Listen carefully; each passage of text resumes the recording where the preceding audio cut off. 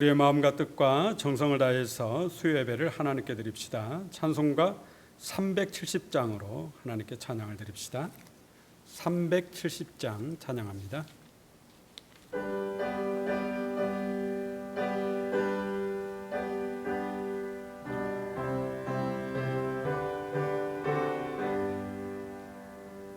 주 안에 있는 나에게 땀 근심이 있으랴 십자가 밑에 나아가 내 짐을 풀었네. 주님을 찬송하면서 할렐루야 할렐루야 내 앞길 멀고 험해도 나 주님 맘 따라가리. 그 두려움이 변하여 내 기도 되었고 점날의 한숨 변하여 내 노래 되었네. 주님을 찬송하면서 할렐루야 할렐루야 내 앞길 멀고 험해도 나 주님 맘 따라가리. 내 주는 자비하셔서 늘 함께 계시고 내 궁핍함을 아시고 늘 채워주시네.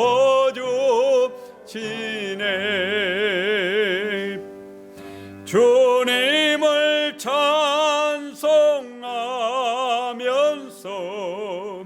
할렐루야 할렐루야 제 앞길 멀고 험해도 나 주님 맘 따라가리. 내 주와 맺은 언약은 영불변하시니 그 나라 가기까지는 늘 보호하시네.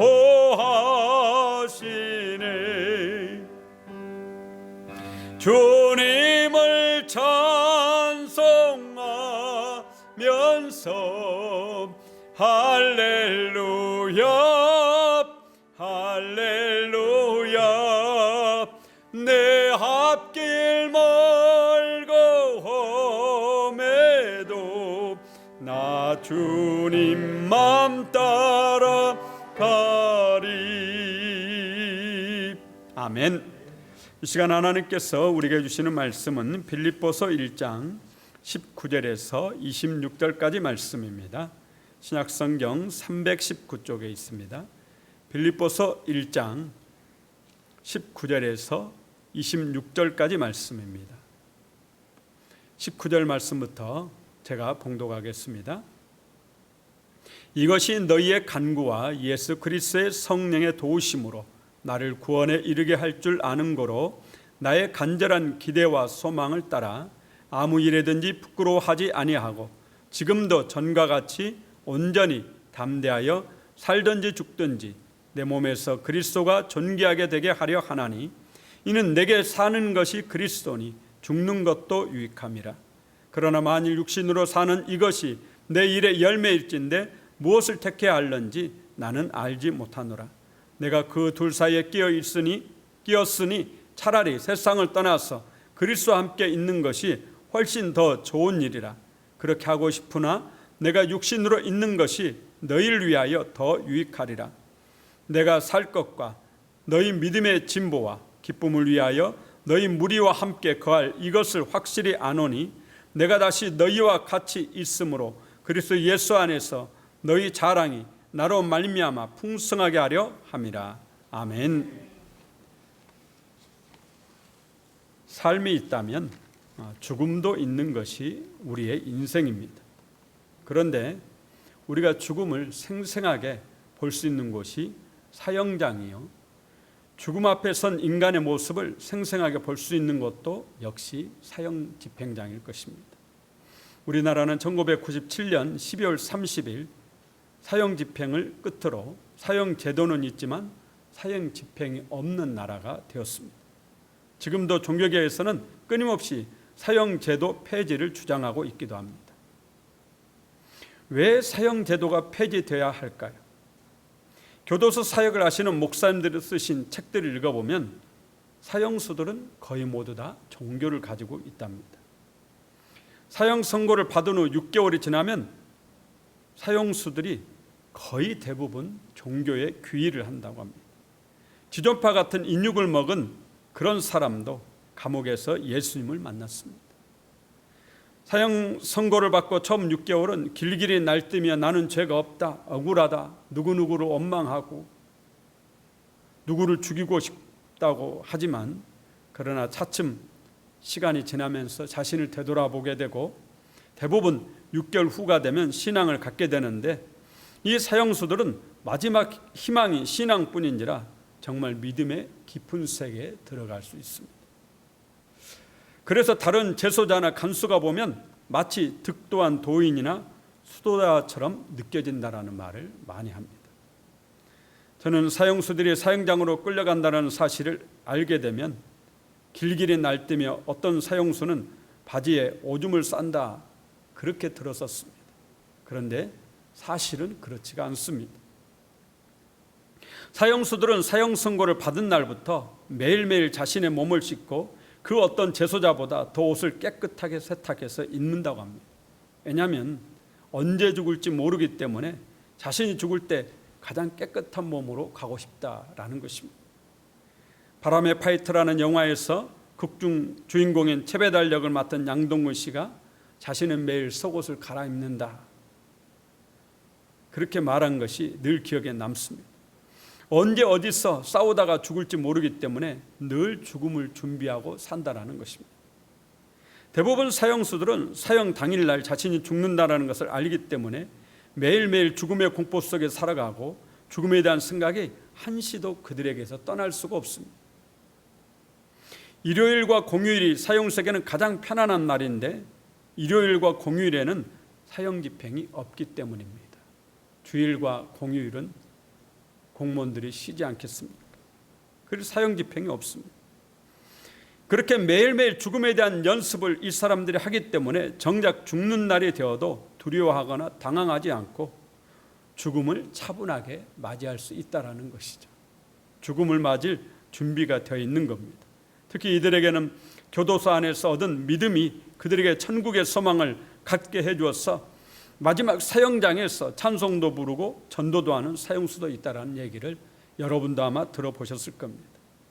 이들은 가장 극악한 범죄자가 되어 교도소에 수감되지만 사형 선고를 받고 사형 집행에 이를 때는 그 어떤 인간보다도 순수하고 가장 아름다운 모습으로 변화되어 죽기 때문에 이걸 본 많은 교도소 사역을 하신 목사님들이 사형제도 폐지를 주장하고 있는 것입니다. 이미 변화되어서 그 누구보다도 선한 사람이 되었는데 그들을 죽이는 것은 옳지 않다라는 주장입니다. 사람의 생명은 하나님께 달렸는데 국가 공권력으로 그 생명을 제한하는 것이 옳지 않다, 그런 의견이죠.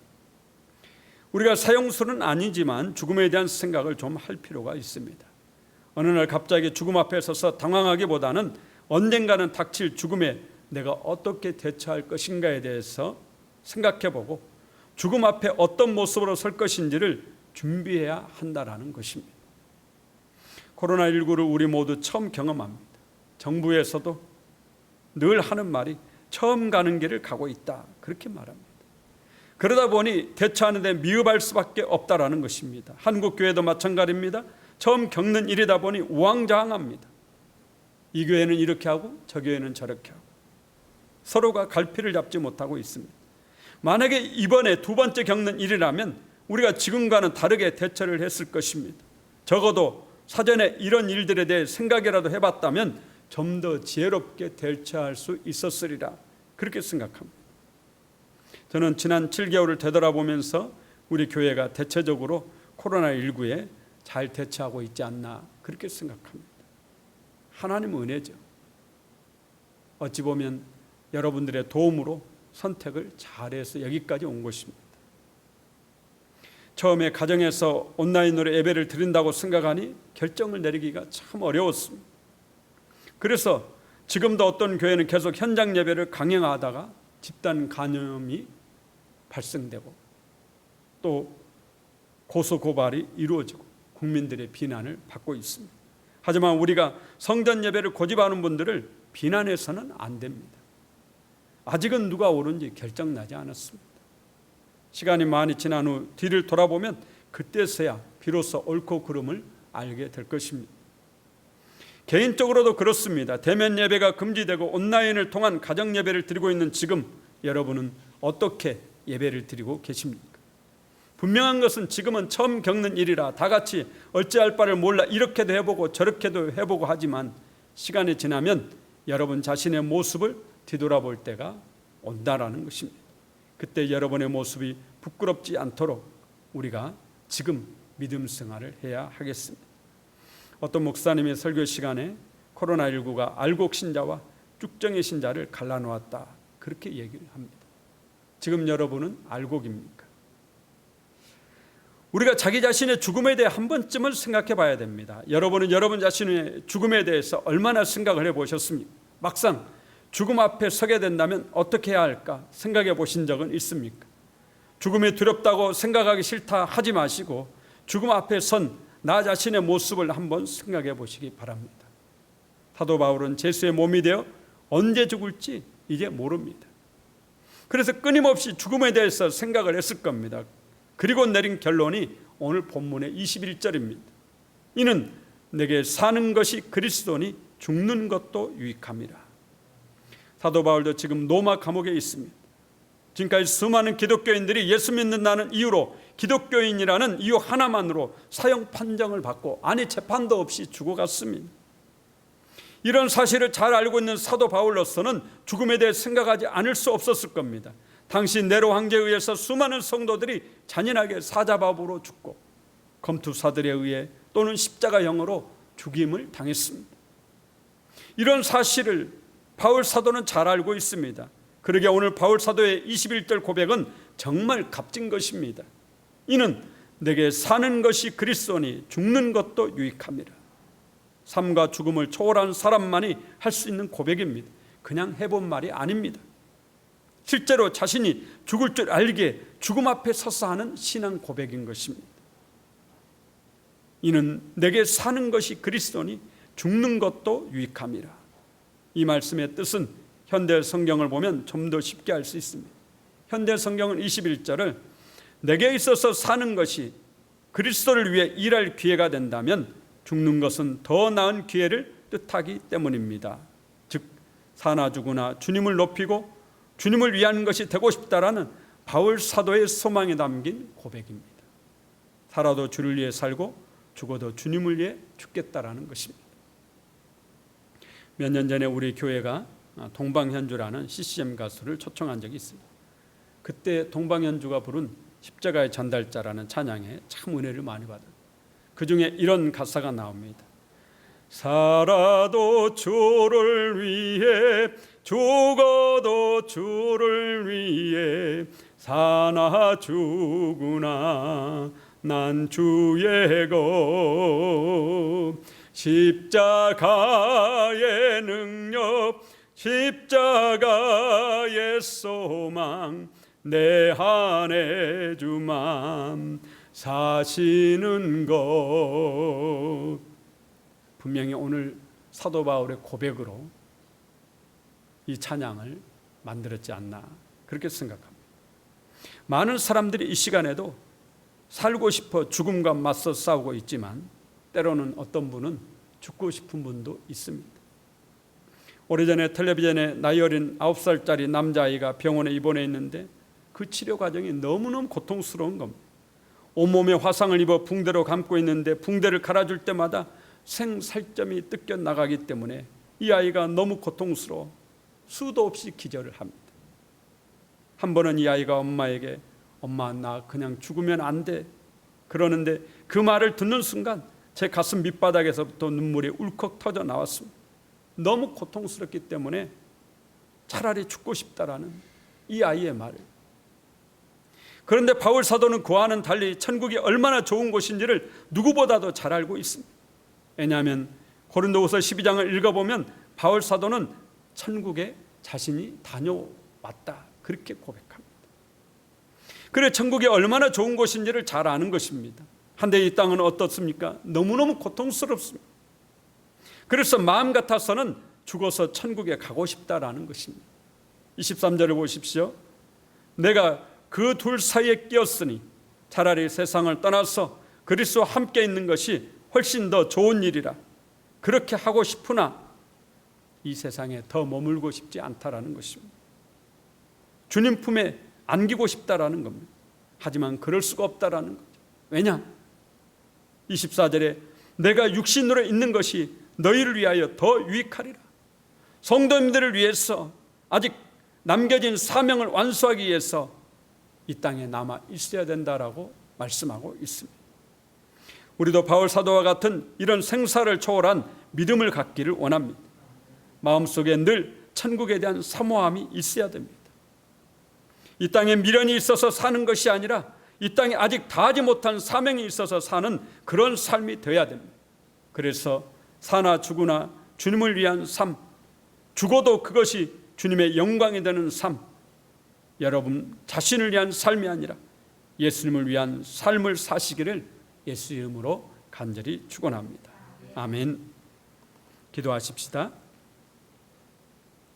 하나님 아버지, 이제부터는 살아도 주를 위해 죽어도 주님을 위해 살게 하여 주옵소서. 생사를 초월한 바울 사도의 믿음을 저희에게도 주시옵소서. 사나 죽으나 오직 주님만 높이게 하여 주옵소서. 주님만 존귀케 되길 원합니다. 코로나19에 지지 않고 믿음으로 승리하여 아버지께 영광 돌리게 하여 주시옵소서. 이 시간에도 질병 가운데 있는 성도들을 주님이 위로하시고 용기 주시고 믿음 주셔서 치료하여 주시옵소서. 내 믿음이 너를 구원하였느니라 말씀하셨사오니 주의 역사가 주의 능력이 나타나게 하여 주옵소서. 경제적 어려움 중에 있는 성도도 도와주시옵소서. 오직 주님께만 영광 돌리는 삶을 살길 원합니다. 아버지, 우남시애널교회를 사랑해 주시고 이 땅의 수많은 교회에 긍휼과 자비를 베푸셨어 성전 예배가 회복되는 귀한 은혜가 있게 하여 주시고 이 수요예배 드리는 온 성도들마다 주님의 은혜가 주님의 은총이 강물같이 흘러넘치는 귀한 역사가 있기를 간절히 원하옵고 예수님의 이름으로 기도하옵나이다. 아멘. 교회 소식은 여러분 주보를 봐주시길 바라고요. 수요 예배를 영상을 여러분에게 보내게 됩니다. 이 영상을 통해서 예배드리는 여러분을 축복하고 우리가 비록 가정에서 또 직장에서 삶의 터전에서 예배를 드리지만 하나님께서 이 예배를 기뻐 받아주시고 또 하나님께서 그곳에서 여러분을 만나 주실 줄로 믿습니다. 또한 매일매일 보내는 말씀 묵상 영상을 통해서도 여러분들이 말씀 묵상을 하시고 그 말씀에 힘입어서 하루하루를 살아나갈 때 믿음의 큰 진보와 하나님의 큰 은혜가 여러분에게 분명히 있을 줄 압니다. 코로나19 기간입니다. 정말 우리 스스로를 조심해서 더 이상 교회로부터 확진자가 나오지 않고 교회가 세상 사람들의 구설수가 되지 아니하고 하나님의 영광에 먹칠을 하지 않는 정말 하나님을 높이게 되는 그런 은혜가 있기를 우리 스스로가 그런 삶을 살기를 간절히 바랍니다. 우리 찬송가 491장 함께 찬양 드립시다.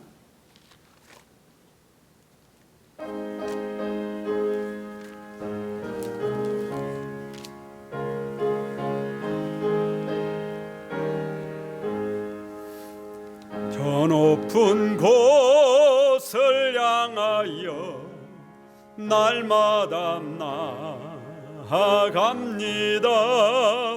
내 뜻과 정성 모아서 날마다 기도합니다. 내 주여 내 맘 붙드사 그곳에 있게 하소서. 그것은 빛과 사랑이 언제나 넘치옵니다.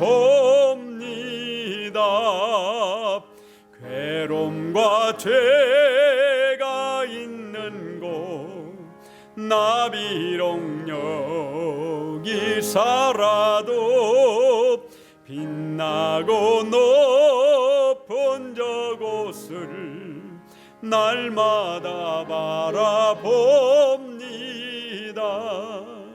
내 주여 내 맘 붙드사 그곳에 있게 하소서. 그것은 빛과 사랑이 언제나 넘치옵니다. 의심의 한계 거치고 근심의 구름 없는 곳 기쁘고 참된 평화가 거기만 있사옵니다. 내 주여 내 맘 붙드사 그곳에 있게 하소서. 그것은 빛과 사랑이 언제나 넘치옵니다. 험하고 높은 이 길을 싸우며 나아갑니다. 다시금 기도하오니 내 주여 인도하소서. 내 주여 내 맘 붙드사 그곳에 있게 하소서. 그것은 빛과 사랑이 언제나 넘치옵니다. 내 주를 따라 올라가 저 높은 곳에 우뚝 서 영원한 복락 누리며 즐거운 노래 부르리. 내 주여 내 맘 붙드사 그곳에 있게 하소서. 그것은 빛과 사랑이 언제나 넘치옵니다. 아멘. 이제는 우리 주님 예수 그리스도의 은혜와 아버지 하나님의 크신 사랑하심과 성령님의 교통하심, 살아도 주님을 위해 죽어도 주님을 위해 모든 것이 주님을 위한 삶이기를 소망하고 기대하며 나아가는 여기 온 성도들과 가정과 자녀와 생업터 위에 영원토록 항상 함께 하시기를 축원하옵나이다. 아멘.